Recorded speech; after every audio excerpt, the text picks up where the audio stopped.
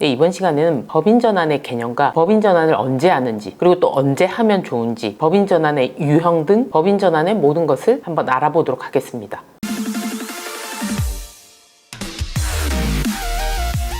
그럼 법인전환은 뭘까요? 개인이 경영하던 기업을 개인과는 독립적으로 법인이 경영상의 권리와 의무의 주체가 되도록 기업의 형태를 바꾸는 거라고 보시면 되겠습니다. 그래서 이런 법인전환의 종류는 다양합니다. 개인 사업자를 하던 전체를 법인으로 포괄적으로 양수도하는 방법이 있고, 일부만 떼서 양수도를 할 수도 있고요. 또는 법인을 설립하지만 개인도 그대로 놔두고 병행하는 그런 방법도 있을 수 있습니다. 그래서 어떤 방법으로 전환하는 것이 좋은지 이런 것을 설명을 듣고 판단해 보셔야 되겠습니다.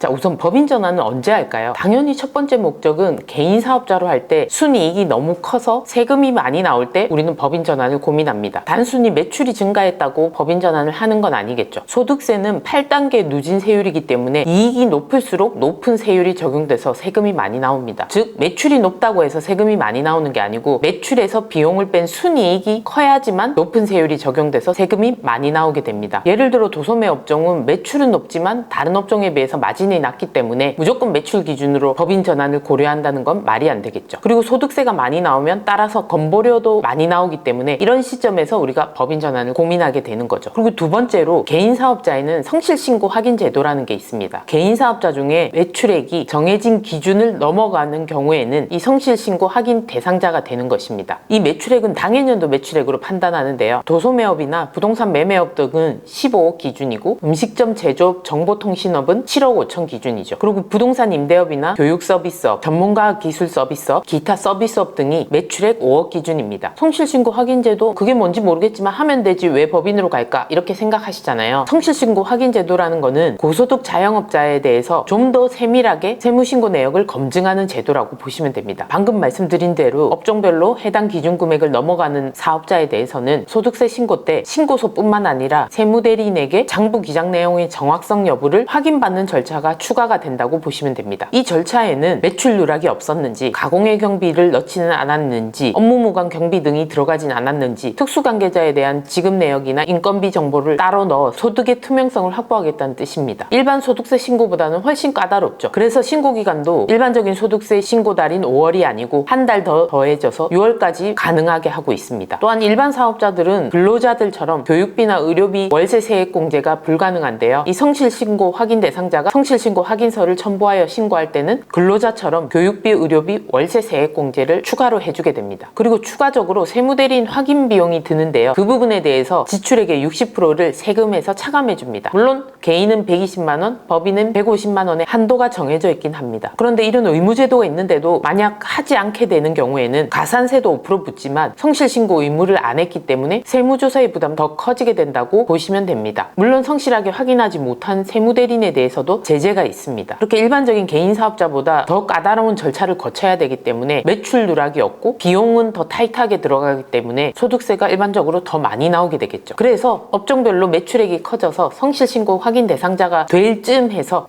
법인 전환을 해야 되겠구나 하고 판단을 하게 됩니다. 예상치 못하게 매출이 급성장해서 성실신고 확인 대상자가 되고 나서야 법인 전환을 하는 경우도 있겠지만, 그 전에 법인 전환 여부를 보통 검토하게 되는 것입니다. 그리고 세 번째로 개인 사업자 중에서 동종 업종에 비해서 내 매출이 높다, 즉 고소득 사업자에 해당한다, 이러면 아무래도 세무조사의 위험이 커지겠죠. 같은 매출인데 법인으로 갔을 때는 별로 큰 매출이 아니지만 개인 사업자 중에는 탑에 해당되기 때문에 아무래도 세무조사의 가능성이 높아지게 되는 거죠. 그리고 네 번째로 법인 사업자와는 비교되게 개인 사업자는 그 해에 벌어들인 모든 소득에 대해서 소득세 신고를 해야 됩니다. 내 사업 소득뿐만 아니고 사업을 하면서 근로소득이 있거나 이자 배당 소득이 있거나 또는 기타 소득이 있거나 연금 소득이 있거나 이 모든 소득을 합쳐서 소득세 계산을 해야 되기 때문에 누진세율이 적용돼서 세금이 많이 나올 수 있습니다. 그럼 법인의 경우에는 어떤가요? 법인은 대표자에 대해서 급여와 퇴직금을 줄 수 있고, 그러고 남은 이익에 대해서 법인세를 내죠. 그리고 그 법인세를 내고 남은 이익잉여금에 대해서 배당이나 각종 절차를 통해서 세금을 분산해서 낼 수가 있습니다. 그리고 법인은 주주의 가족을 참여시킨다면, 특히 자녀의 경우에는 주주로서 배당 등을 받게 되면 자녀의 소득 재원을 정당하게 마련해 줄 수 있게 됩니다. 결국 세금 분산이 가능한 거죠. 개인 사업자는 모조리 합쳐서 따라서 대표인 내가 누진세를 내야 하지만 법인은 여러 가지 방법과 또 여러 사람을 통해서 또 여러 기관을 통해서 세금을 분산을 할 수 있게 됩니다. 제가 다른 영상에서 말씀드린 가족법인에 대해서도 한번 들어보시는 게 판단하는데 더 좋으실 겁니다. 이렇게 가족주주를 활용한다면 가업승계에도 훨씬 용이하다고 보시면 됩니다. 개인사업자는 내가 세금을 내고 나서 가진 자금을 다시 자녀에게 이전하려면 또 상속이나 증여, 양도 등을 통해서 세금을 내야 되니까 세금을 여러 번 내는 결과가 되니까요. 그리고 다섯 번째로 대외 신용도나 자금 조달 면에서 법인으로 어쩔 수 없이 가야 되는 경우가 생기게 되겠죠. 이런 케이스들이 발생하게 되면 우리는 법인 전환을 고민하고 결정하게 됩니다. 회사 상황에 따라서 방금 말씀드린 상황별로 판단을 해야 되기 때문에 반드시 전문가와 상담하시는 게 좋고요. 만약 아래 링크를 통해서 상담 신청을 하시면 체크리스트를 통해서 법인 전환이 적정한지 여부를 판단하는 데 도움을 드리도록 하겠습니다. 자, 그럼 앞에 여러 가지 이유 중에 성실신고 확인 대상자가 될 쯤 또는 되고 나서 법인 전환을 고민한다고 말씀드렸는데 둘 중에 언제가 좋을까요? 이왕이면 성실신고 확인 대상자가 되기 전에 전환하시는 것이 좋습니다. 이유를 말씀드리면 우리가 성실신고 확인 대상자가 되면 아무래도 일반적인